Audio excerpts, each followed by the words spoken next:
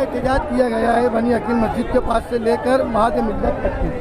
ये रोड इतना ज़्यादा ख़राब है, बच्चे मदरसे के बच्चे, स्कूल के बच्चे, सभी लोगों को तकलीफ है। महल्ले के इतराब के बच्चे, औरतें हैं, बूढ़े हैं, बुजुर्ग हैं, सभी को तकलीफ है। यहाँ कोई तंजीम नहीं है, एक आम आदमी खड़ा होकर यहाँ पे बयान दे रहा है।